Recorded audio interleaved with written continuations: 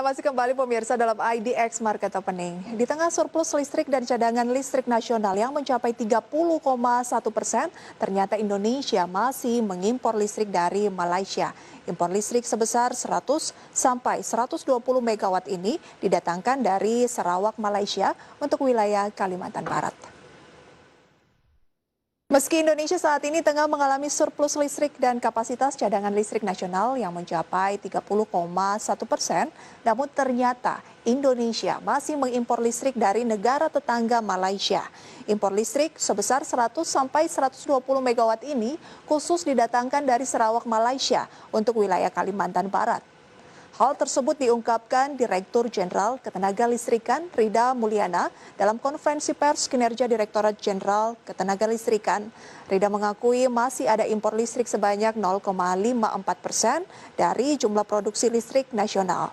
Angka ini setara dengan 100 hingga 120 megawatt yang didatangkan dari Sarawak, Malaysia.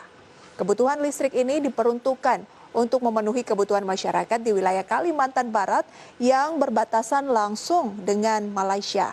Sebab wilayah tersebut belum terpasang transmisi dalam negeri sehingga harus impor dari BUMN listrik Malaysia yaitu Sesco yang bekerja sama dengan PLN.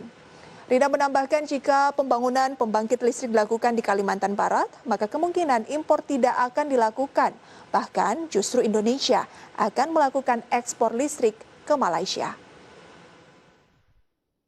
Ini semuanya most likely lebih banyak karena COVID.